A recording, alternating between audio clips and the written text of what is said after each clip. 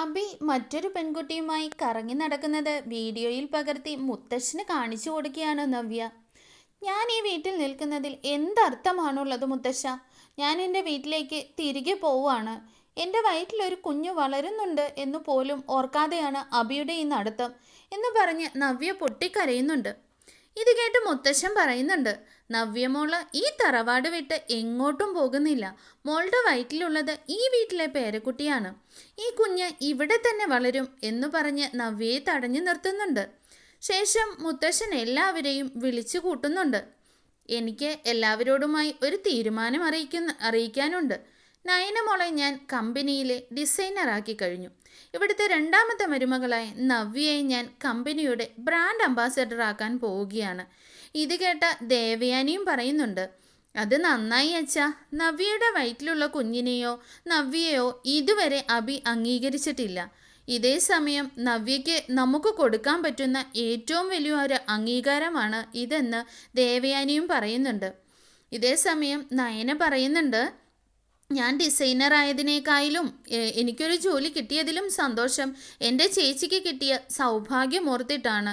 എനിക്കിത് ഒരുപാട് സന്തോഷമായി എന്ന് നവ്യയും പറയുന്നുണ്ട് കേട്ടോ. അങ്ങനെ എല്ലാവരും സന്തോഷത്തോടു കൂടി നിൽക്കുന്ന സമയത്ത് അനാമികയ്ക്കും രേവതിക്കും ഇതൊന്നും അത്ര പിടിക്കുന്നില്ല. അവർ മുഖത്തോട് മുഖം നോക്കി ആകെ ദേഷ്യം പിടിക്കുന്നുണ്ട് കേട്ടോ. അപ്പോൾ അനാമിക പറയുന്നുണ്ട്, എന്താ മുത്തശ്ശൻ കാണിച്ചത് ഒരിക്കലും ശരിയായില്ല.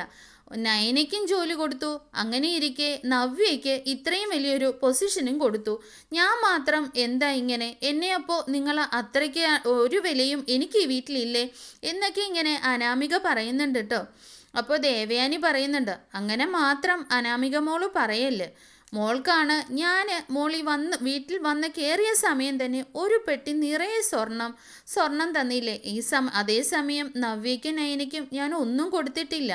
പിന്നെ മൂർത്തീസ് ജ്വല്ലറിയുടെ അവകാശമൊക്കെ മോൾക്ക് എന്തിനാ? മോൾ അതിനേക്കാളിലേക്ക് ഒരുപാട് മുകളിലല്ലേ എന്നൊക്കെ ദേവയാനി പറയുന്നുണ്ട് കേട്ടോ. അതേസമയം രേവതിയും പറയുന്നുണ്ട്, അതെന്താ എൻ്റെ മോൾക്ക് അങ്ങനെ ഒരു അവകാശം വേണ്ടേ? ഈ ജോലി കിട്ടാനുള്ള ഏറ്റവും അർഹതയും എൻ്റെ മോൾക്ക് തന്നെയാ എന്നൊക്കെ രേവതിയും വാദിക്കുന്നുണ്ട് കേട്ടോ. അതേസമയം മുത്തശ്ശൻ പറയുന്നുണ്ട്, ഞാനെടുത്ത തീരുമാനത്തിൽ തൽക്കാലം യാതൊരു മാറ്റവുമില്ല. നവ്യയുടെ വയറ്റിലുള്ള ഈ വീട്ടിലെ പേരക്കുട്ടിയാണ്. അപ്പോൾ ഈ പൊസിഷൻ എന്തുകൊണ്ടും അർഹതപ്പെട്ടിട്ടുള്ളത് നവ്യ തന്നെയാണ്. ഒരു കാര്യം അനാമിക മോളും ഒരു കുഞ്ഞിനെ പ്രസവിക്കട്ടെ, അത് കഴിഞ്ഞിട്ട് നമുക്ക് അതിനുള്ള അവകാശങ്ങളൊക്കെ തീരുമാനിക്കാമെന്ന് പറഞ്ഞ് മുത്തശ്ശൻ അവിടെ നിന്ന് പോകുന്നുണ്ട് കേട്ടോ. അപ്പോൾ രേവതിയും അനാമികയും മാറി നിന്ന് ഇങ്ങനെ പുറപുറുക്കുന്നുണ്ട് കേട്ടോ. ഞാൻ അന്നേ പറഞ്ഞതാ, ആ അനിയോട് സ്നേഹം പ്രകടിപ്പിച്ച് ഒരു കുഞ്ഞിനെയെങ്കിലും പ്രസവിച്ചിരുന്നെങ്കിൽ ഈ വീട്ടിലെ സ്വത്തുക്കൾ മുഴുവൻ മോൾക്കും കിട്ടിയേനെ. ഇനിയിപ്പോൾ എന്ത് ചെയ്യാനാ? എത്രയും പെട്ടെന്ന് സ്വർണങ്ങളൊക്കെ എവിടെയാണെന്ന് കണ്ടുപിടിക്കുക, നമുക്ക് അതുകൊണ്ടെങ്കിലും ഇവിടെ നിന്ന് തടി തപ്പാമെന്ന് ഒക്കെ രേവതി പറയുന്നുണ്ട് കേട്ടോ. ഇതേ സമയം നയനയുടെ അടുത്തേക്ക് ആദർശ് വരുന്നുണ്ട്. ആദർശ് ഒരുപാട് സന്തോഷത്തോടു കൂടിയാണ് കേട്ടോ വരുന്നത്. ആദർശിൻ്റെ കയ്യിൽ ഒരു കവറും ഉണ്ട്. അങ്ങനെ വരുമ്പോൾ നയനയോടായി ആദർശ് പറയുന്നുണ്ട്, നയനെ നമുക്കിന്നൊരു പാർട്ടിയുണ്ട്, താൻ ഈ സാരി ഉടുത്ത് വേണം വരാൻ, എത്രയും പെട്ടെന്ന് റെഡിയാവുക എന്നും പറഞ്ഞ് ആ കവർ കൊടുക്കുന്നുണ്ട് നയനയുടെ കയ്യിൽ. ഇത് കണ്ട് നയന ഒരുപാട് സന്തോഷിക്കുന്നുണ്ട്. ഇതെന്താ ആദർശേട്ടാ, ഇത് എനിക്കാണോ? ഇത്രയും വിലയുടെ സാരിയോ? ഇത് നല്ല രസമുണ്ടല്ലോ എന്നൊക്കെ പറഞ്ഞ് നയനെ അതെടുത്ത് നോക്കുന്നുണ്ട് കേട്ടോ. ഇത് മറിഞ്ഞു നിന്ന് കാണുന്നുണ്ട് രേവതിയും അനാമികയും കൂടി. ഇത് കണ്ട രേവതിക്കും അനാമികയ്ക്കും ഇതത്ര സുഖിക്കുന്നില്ല കേട്ടോ. എന്നിട്ട് അവരിങ്ങനെ സാരിയുടെ ഭംഗിയൊക്കെ ഇങ്ങനെ മറഞ്ഞു നിന്ന് കാണുന്നുണ്ട്. ആ സമയം ആദർശ് പെട്ടെന്ന് റെഡിയാവുക എന്ന് പറഞ്ഞിട്ട് പുറത്തേക്ക് പോകുന്നുണ്ട്. സാരി എടുത്ത് നോക്കുന്ന നയന ഒരുപാട് സന്തോഷത്തോടു കൂടി അത് കട്ടിലിൽ വെച്ചിട്ട് പെട്ടെന്ന് കിച്ചണിലേക്കൊന്ന് പോകുന്നുണ്ട് കേട്ടോ. ഈ സമയം രേവതിയും അനാമികയും കൂടി നയനയുടെ ബെഡ്റൂമിലേക്ക് കയറി ആ സാരി എടുക്കുന്നുണ്ട്. എന്നിട്ട് അനാമിക പറയുന്നുണ്ട്, ഇത് കണ്ടോ അമ്മേ, ആദർശേട്ടൻ എടുത്തുകൊണ്ട് വന്ന് കൊടുത്ത സാരി എന്തു ഭംഗിയായി ഇതൊടുത്ത് അവൾ അങ്ങനെ ഈ പാർട്ടിക്ക് പോകണ്ട. അവൾക്ക് മാത്രം എന്താ ഇങ്ങനെയൊക്കെ കിട്ടുന്നത്? എനിക്ക് ഇതുവരെ ഒരു പാർട്ടിക്ക് കൊണ്ടുപോകാൻ പോലും എനിക്ക് എൻ്റെ ഭർത്താവ് ഒരു സാരി എടുത്ത് തരികയോ എന്നെ ഒന്ന് പുറത്ത് കൊണ്ടുപോവുക പോലും ചെയ്തിട്ടില്ല. എന്നിട്ടിപ്പോൾ ഇവളെയും കൊണ്ട് ആദർശേട്ടൻ പാർട്ടിക്ക് പോകാൻ പോകുന്നു. അങ്ങനെ ഇപ്പോൾ അവൾ മാത്രം സന്തോഷിക്കണ്ട. ഈ സാരി എടുത്തുകൊണ്ട് അവൾ അങ്ങനെ പോകണ്ട. ഇതിന് എന്തെങ്കിലും പണി കൊടുക്കണോ അമ്മേ എന്നൊക്കെ അനാമിക പറയുമ്പോൾ അവർ പെട്ടെന്ന് ഇത് നമുക്ക് നശിപ്പിച്ച് കളയാം, എന്നിട്ട് അവൾ ഏതെങ്കിലും പഴഞ്ചൻ സാരി ഉടുത്തുകൊണ്ട് പാർട്ടിക്ക് പോകട്ടെ എന്ന് പറഞ്ഞിട്ട് അനാമികയും രേവതിയും ആ സാരി എടുത്തുകൊണ്ട് പോയി പുറത്തു പോയി നശിപ്പിക്കുന്നുണ്ട് കേട്ടോ. അപ്പോൾ ഈ കത്തിച്ച് കളയുന്നത് ദേവയാനി മറഞ്ഞു നിന്ന് ഇതെല്ലാം കാണുന്നുണ്ട്. അപ്പോൾ ദേവയാനി പറയുന്നുണ്ട്, ദുഷ്ടകൾ, ഇത്രയും ദുഷ്ടകളായിരുന്നോ ഇവർ? എൻ്റെ ആദർശമോ കൊണ്ടു കൊടുത്ത സാരിയല്ലേ അവർ നശിപ്പിച്ച് കളയുന്നത്? ഇതിനുള്ള കടുത്ത ശിക്ഷ തന്നെ ഞാൻ അവർക്ക് നൽകുമെന്ന് പറഞ്ഞ് ദേവയാനി ഒന്നും അറിയാത്ത മട്ടിൽ പെട്ടെന്ന് ഒരു നല്ലൊരു ചുരിദാർ തന്നെ സംഘടിപ്പിച്ചു കൊണ്ടുവന്ന് നയനയ്ക്ക് കൊടുക്കുന്നുണ്ട് കേട്ടോ. നയന ഈ സമയം റൂമിൽ വന്നിട്ട്, അയ്യോ ആദർശേട്ടനെ എടുത്തുകൊണ്ട് വന്ന് എൻ്റെ സാരി എവിടെയെന്ന് പറഞ്ഞ് ആകെ വിഷമിച്ച് തപ്പിയാണ്. അതേസമയമാണ് ദേവയാനി ഒരു ചുരിദാറുമായിട്ട് അങ്ങോട്ട് വരുന്നത്.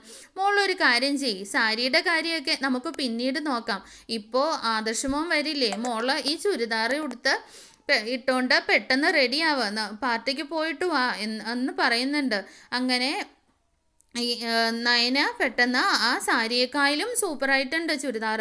ആ ചുരിദാർ ഇട്ടുകൊണ്ട് ഇറങ്ങി വരുന്ന നയനയെ കണ്ട് രേവതിയും അനാമികയും കണ്ണു തള്ളി നിൽക്കുകയാണ് കേട്ടോ. ഇതിപ്പോൾ ഇവക്ക് ഇത് എവിടുന്ന് കിട്ടി? ആ സാരിയേക്കാളും സൂപ്പറായിട്ടുണ്ടല്ലോ ഇതെങ്ങനെ സംഭവിച്ചു എന്നൊക്കെ പറഞ്ഞ് ഇവരിങ്ങനെ കണ്ണു തള്ളി നിൽക്കുകയാണ് കേട്ടോ. അപ്പോൾ ഇത്ര ഭംഗിയുള്ള സ്റ്റോൺ വർക്കൊക്കെ ചെയ്ത് ചുരിദാറൊക്കെ ഇട്ട് നയന ഇറങ്ങി വരുന്നത് കണ്ട് ആദർശനും സന്തോഷമാകുന്നുണ്ട്. അങ്ങനെ അവർ രണ്ടുപേരും കൂടി പാർട്ടിക്ക് പോകുന്നുണ്ട് കേട്ടോ. അങ്ങനെ ഇതേ സമയം അനാമികയും രേവതിയും മാറി നിന്ന് പൊറുപുറത്തുകൊണ്ട് എന്താ ഇവൾക്ക് ഇത് എവിടുന്ന് കിട്ടിയെന്നൊക്കെ ആലോചിച്ചുകൊണ്ടിരുന്ന സമയത്ത് രേവതി അങ്ങോട്ടേക്ക് വരുന്നുണ്ട് കേട്ടോ. രേവതിയും അനാമികയും കൂടി നിൽക്കുന്നിടത്തേക്ക് ദേവയാനി കടന്നു വന്നിട്ട് പറയുന്നുണ്ട്, എന്താ നിങ്ങളുടെ പ്ലാൻ ചീറ്റിപ്പോയതിൻ്റെ വിഷമത്തിലായിരിക്കും അല്ലേ? ഞാൻ ഇതെല്ലാം കണ്ടു. എൻ്റെ ആദർശമോൻ സ്നേഹത്തോടു കൂടി വാങ്ങിക്കൊണ്ട് വന്ന സാരി നിങ്ങൾ നശിപ്പിക്കുന്നത് ഞാൻ കണ്ടതാണ്. അപ്പോൾ നിങ്ങൾക്കുള്ള കടുത്ത ശിക്ഷ തന്നേ മതിയാകൂ എന്ന് ദേവയാനി പറയുന്ന സമയത്ത് രേവതിയും അനാമികയും കൂടി തല കുനിച്ച് നിൽക്കുകയാണ് കേട്ടോ. അവർക്ക് ഒന്നും പറയുവാനില്ല ആ സമയം. കള്ളി വെളിച്ചത്തായതോർത്ത് തല കുനിച്ച് നിൽക്കുന്ന സമയത്ത് ദേവയാനി പറയുന്നുണ്ട്, അവർ പാർട്ടി കഴിഞ്ഞ് വരുന്നതിനിപ്പുറം എൻ്റെ ആദർശമോൻ കൊടുത്ത അതേ വിലയിലുള്ള സാരി ദേവയാനി നയന മോളുടെ കട്ടിലിൽ കാണണമെന്ന് ദേവയാനി കടുത്ത നിലപാടിൽ തന്നെ പറയുന്നുണ്ട് കേട്ടോ. അങ്ങനെ ദേവയാനി അവിടെ നിന്ന് പോകുമ്പോഴേക്കും അനാമിക പറയുന്നുണ്ട്, എന്താ അമ്മേ നമ്മളിനി ചെയ്യുക? അത് ഒരു 10,000 രൂപയെങ്കിലും ആയി കാണും ആ സാരിക്ക്. ഇനിയിപ്പോൾ നമ്മൾ എവിടുന്ന്? എൻ്റെ കയ്യിൽ 10,000 രൂപ പോയിട്ട് 1,000 രൂപ പോലും എൻ്റെ കയ്യിൽ എടുക്കാനില്ല. ഇനി അമ്മ എന്തെങ്കിലും ചെയ്ത് എത്രയും പെട്ടെന്ന് ആ സാരി വാങ്ങിച്ചു കൊടുക്കുക എന്നൊക്കെ പറയുമ്പോഴേക്കും രേവതി പറയും, ഞാൻ എന്ത് ചെയ്യാനാ മോളെ, എനിക്ക് അതുപോലെ ഒരു നല്ല സാരി ഉടുത്തിട്ട് വർഷങ്ങളായി, പിന്നെ ഞാൻ എവിടെ പോയി സാരി ഒപ്പിക്കാനാ?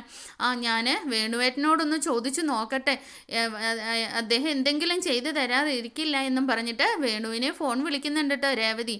അങ്ങനെ കാര്യങ്ങളൊക്കെ പറയുന്ന സമയത്ത് വേണു പറയുന്നുണ്ട്, അവറ്റകളെ അവിടെ നിന്ന് എങ്ങനെയെങ്കിലും അടിച്ചിറക്കാനായിട്ടാണ് നിന്നെയൊക്കെ അങ്ങോട്ട് പറഞ്ഞയച്ചത്. എന്നിട്ടിപ്പോൾ നീയൊക്കെ കൂടി എനിക്കിട്ട് പണി തരികയാണ്. ഞാനിപ്പോൾ ഈ 10,000 രൂപയൊക്കെയുള്ള സാരിയൊക്കെ എവിടെ നിന്ന് പോയി മേടിക്കാനാ? അവൾക്ക് വേണ്ടി ഞാൻ എവിടെ നിന്ന് പോയി ഉണ്ടാക്കാനാണെന്നൊക്കെ പറഞ്ഞ് വേണുവും ദേഷ്യപ്പെടുന്നുണ്ട്. ഞാൻ ആരോടെങ്കിലും ഒന്ന് കടം മേടിച്ചാണെങ്കിൽ എത്തിക്കാം, ഇപ്പോൾ അതല്ലേ പറ്റൂ എന്ന് പറഞ്ഞിട്ട് ഫോൺ ദേഷ്യത്തോടെ കൂടി വെക്കുന്നുണ്ട് കേട്ടോ വേണു.